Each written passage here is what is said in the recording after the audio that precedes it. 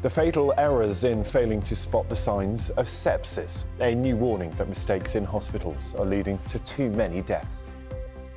Good morning. Online dating profiles and social media apps are just some of the routes fraudsters use to trick people out of more than £500 million in the first half of this year alone. I'll find out how you can avoid being scammed.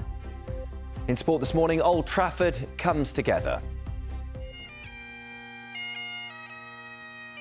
to pay tribute to the late, great Sir Bobby Charlton ahead of a dramatic night for the club in the Champions League. Hi, this is Arnold Schwarzenegger and I'm talking to Colin here, who is grilling me about my book, Be Useful. So stay tuned. And I'm talking about BBC Breakfast. Everton chairman Bill Kenwright has an acclaimed West End theatre and film producer has died at the age of 78. He was also known for playing Gordon Clegg in Coronation Street between 1968 and 2012.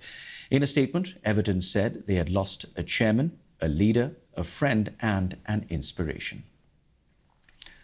The Environment Secretary, Thérèse Coffey, has said that there will be a rapid review to assess the handling of the impact of Storm Babet. She said some communities which had been flooded over the weekend felt that they could have been given more equipment to stop them from being submerged.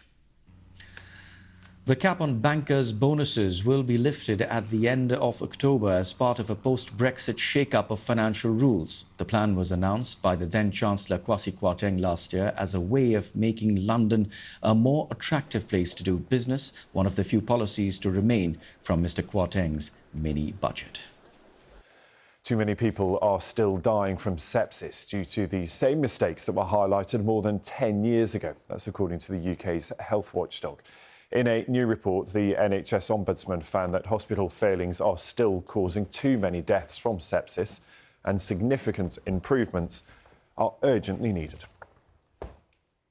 Now, 4 UK astronauts could soon be heading into orbit on an all-British space mission.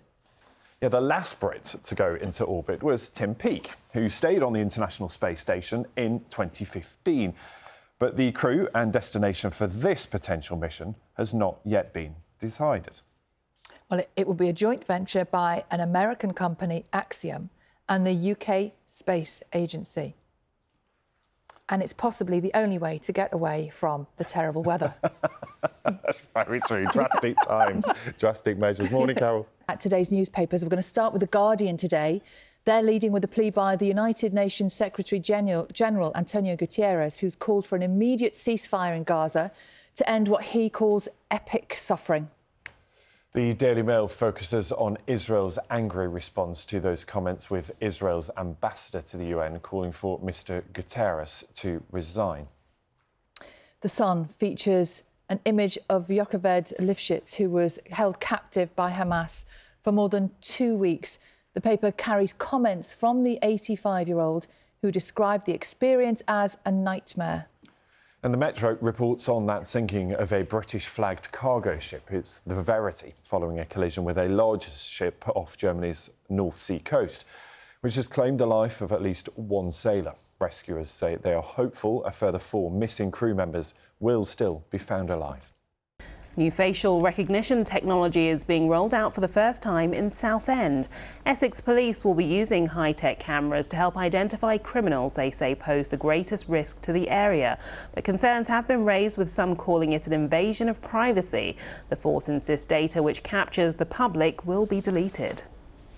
Rare photographs of iconic figures including Marilyn Monroe and Malcolm X are to go on display at the V&A. The 300 prints are from the private collection of Elton John and David Furnish, who've been collecting artwork for the past 30 years. They'll form part of an exhibition called Fragile Beauty, which opens next year.